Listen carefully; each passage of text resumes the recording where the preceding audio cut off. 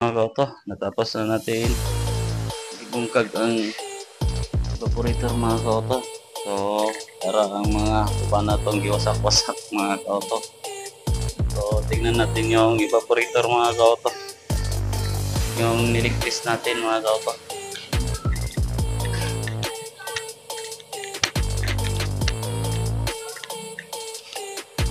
So, ayan mga kauto. Kadako sa buslot mga kauto.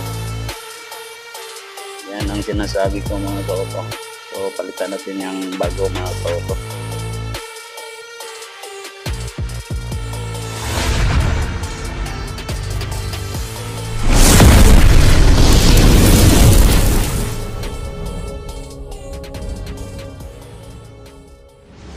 Hey! What's up mga kauto, Gym Garage? Good afternoon mga kauto. Another day, another video naman tayo mga kauto. So ito na mga kauto, yung part 2 natin mga kauto sa isa Toyota Innova mga kauto, aircon cleaning at replace evaporator mga kauto. So medyo nabitin tayo kahapon mga kauto.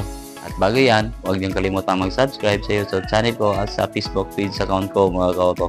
Marami tayong matutunan dito mga kauto. So tara mga kauto, panoorin natin. Let's go! So, ayan mga kauto. Tapos na nating pinasingan ito mga kauto. So, assemble na tayo. Then, palitan natin ng bago mga kauto.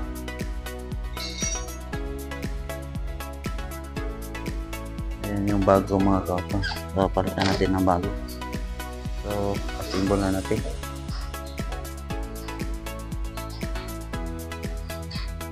Ayan mga kauto. Matapos na natin i-assemble yung evaporator, pinalitan natin ng bago mga kauto. So ito yung dating evaporator so may butas na.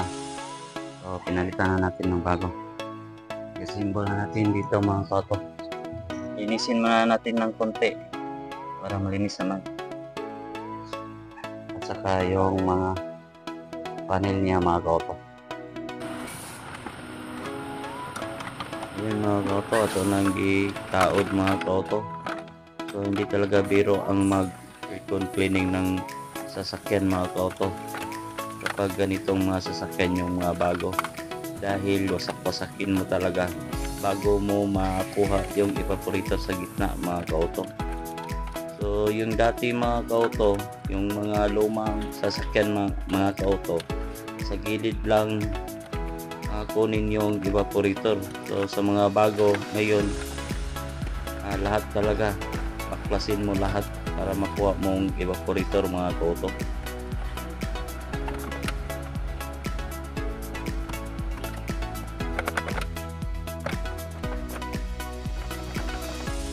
Pagtsagaan mo talaga ito mga kauto, dahil pag hindi mo ito pagtsagaan, lalong matagalan ka mag-assemble. Kunting pasensya talaga ito mga kauto. Ayan. So ato pang gi-shot mga kauto para mas taod na to ang evaporator mga kauto. So ganyan mga kauto yung pag assemble pagbalik mo sa evaporator. So na kailangan talaga ng konting pasensya mga kauto. Mahirap talaga ito mga kauto pag ikaw lang mag-isa. Mahirap talaga.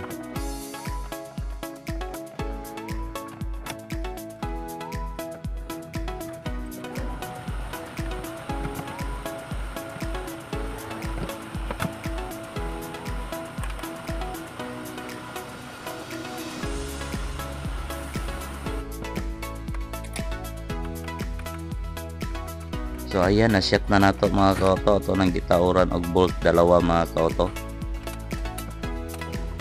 At sa kabila ng pangatlo mga kauto. So ang bolt nito mga kauto, tatlo sa itaas, isa sa ilalim. Tapos yung sa bracket niya sa gitna, meron din dalawa. So ayan, ito nang gitaod ang lower.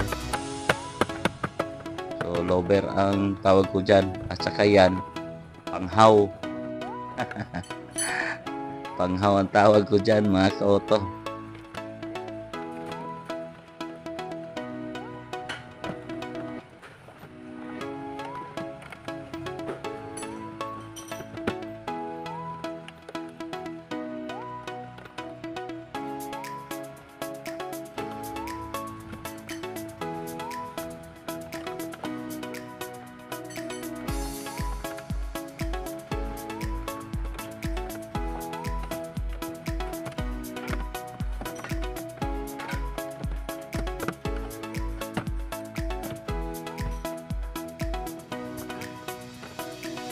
So ayan mga ka-auto, nahirapan tayo sa kalisod pagtaod sa panghaw mga ka-auto. So ato na pong gitaod ang mga wiring sa itaas. Tapos yung bolt sa computer box niya mga ka-auto. Dalawang bolt yan, 6mm sa itaas, tapos isa din sa ilalim, 6mm. Pati yun sa airbag switch niya mga ka-auto, 6mm din, dalawa. At pagkatapos mga ka-auto, yung sa bar sa gitna mga ka-auto, 8mm yan mga ka-auto. Dito sa right, dalawa. Sa left naman, isa sa itaas. Tapos sa kabila naman, meron din. So ayan, ato nang gitao lang sa ilalim mga ka-auto. Tapos i-final natin yan mga ka-auto.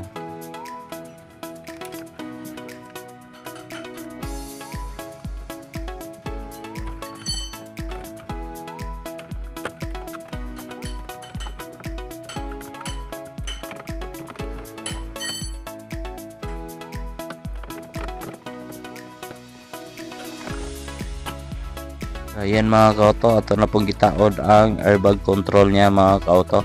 Nasa ilalim pala ito ng evaporator mga ka-auto. So higpitan nyo talaga ito mga ka-auto, yung tatlong bolt ito mga ka-auto. 8mm din mga ka-auto, tatlo. Dapat higpitan nyo mga ka-auto dahil pag nataod na ninyo yung battery tapos nag-start kayo, pag nag-vibrate yan, sasabog yung airbag mga ka-auto. So higpitan nyo talaga, i-check nyo talaga mga ka-auto. So ayan, ito na pong gitaod ang wiring mga ka-auto. So i-check nyo talaga lahat mga ka-auto.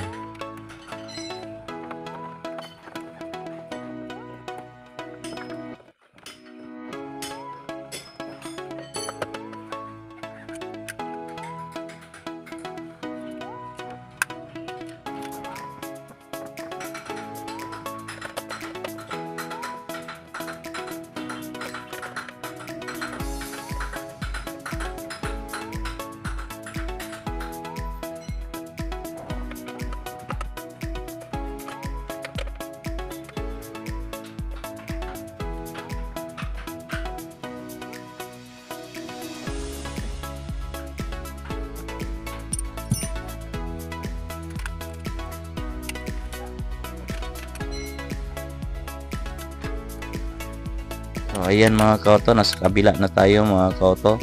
So ato na pong gitaod yung mga bolt niya sa bracket niya sa gitna mga ka-auto, yung bar niya. Dalawa sa gilid mga ka-auto. Tapos yan 8mm din, tapos sa gilid naman 8mm din. Lahat 8mm mga ka-auto. So isa, dalawa, tatlo, apat yan mga ka-auto.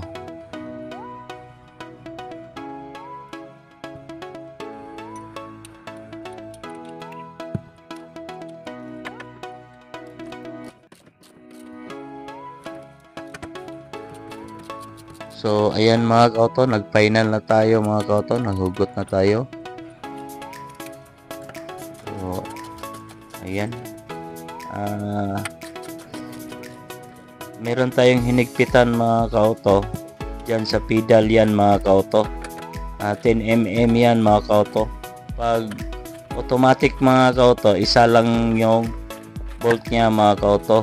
Pag manual, dalawa yan sa clutch yung isa, at saka sa brake din ang pangalawa.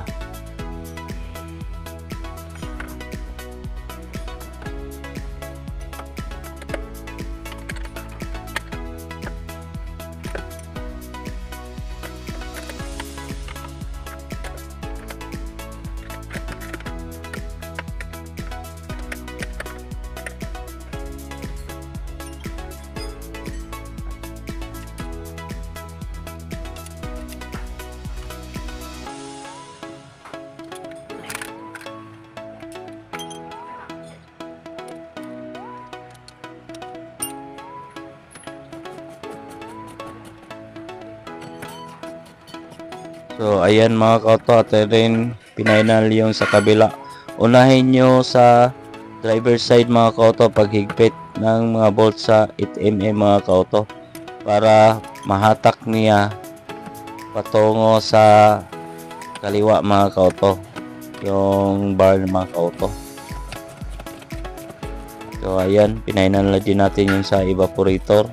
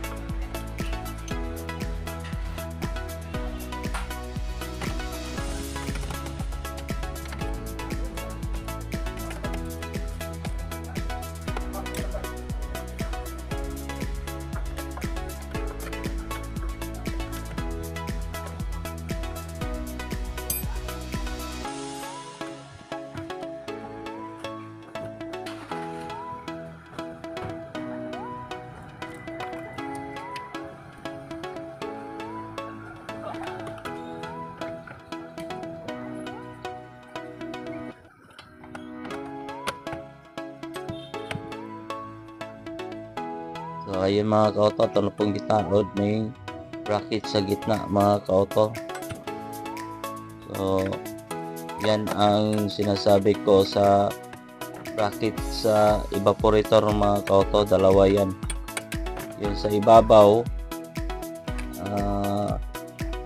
nut yan 8mm, sa ilalim 8mm din, at sa gitna 6mm mga kauto. So tatlo yan mga kauto.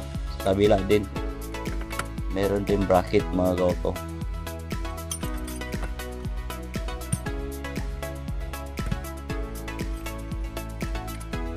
Siya nga pala mga kauto, huwag niyo kalimutang mag-subscribe sa YouTube channel ko mga kauto. Huwag niyo rin kalimutan i-press ang button bell para may update ko kayo sa mga bago kong video mga kauto. Marami pa tayong matutunan dito mga kauto. Kung magtatanong kayo mga kauto, i-comment nyo lang mga kauto para matugunan ko yung mga comment nyo mga kauto. Meron din tayo mga kauto sa Facebook mga kauto, Auto Gym Garage Gapon mga kauto, Facebook page natin. Huwag niyo rin kalimutan i-follow mga kauto.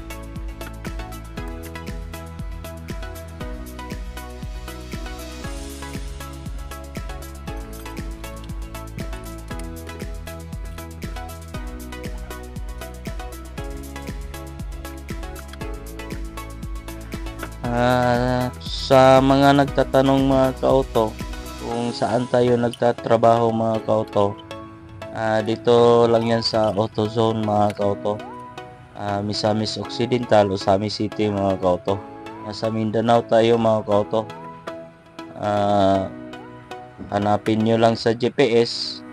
Kung hindi nyo alam ang AutoZone, hanapin nyo lang sa GPS mga kauto.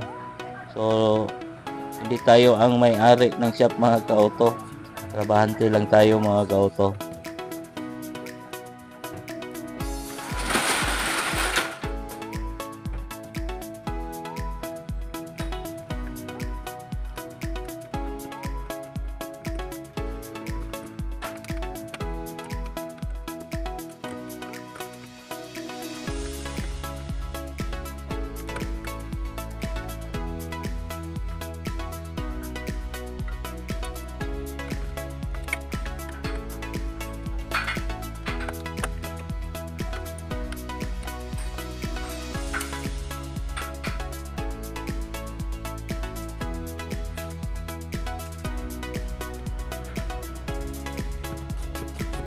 So ito palang mga video natin mga kauto, sinadya talaga natin na hindi puputulin para maintindihan sa mga viewers natin na paano wasak-wasakin yung sasakyan ng aircon mga kauto sa mga Toyota. So ayan mga kauto, ato nang kita yung unang panel niya mga kauto sa ilalim, sa ibaba. So malapit-lapit na ito mga kauto. Medyo mahaba-haba ito mga kauto yung content natin kasi hindi natin pinutol lahat. So kung may putol naman, hindi masyadong mataas mga kauto. So talagang step by step tayo dito mga kauto para makita natin sa mga gustong matuto nito. Ipapakita natin talaga ito. So sa mga baguhan, so hanapin nyo lang ang AutoZen. Talagang wala talagang putol ito para makita nyo kung paano wasak-wasakin yung sasakyan ng Toyota, Innova, Fortuner, Vios, Hilux at iba pa mga kauto. So itong mga video ko ay lahat puro Toyota mga kauto kasi mga Toyota lang ang ning-abot og aircon mga kauto.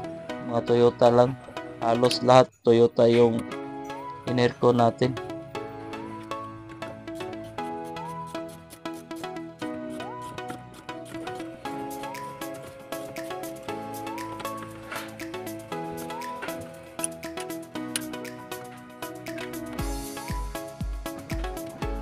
So ayan mga kauto, nabitin na naman tayo mga kauto. So abangan natin sa part 3 mga kauto. At bago tayo magtatapos, huwag niyo kalimutan mag-subscribe sa YouTube channel ko at sa Facebook page account ko mga kauto. Marami tayong matutunan dito mga kauto. So abangan niyo sa part 3 mga kauto. That's it mga kauto. See you on the next video. Thank you and God bless.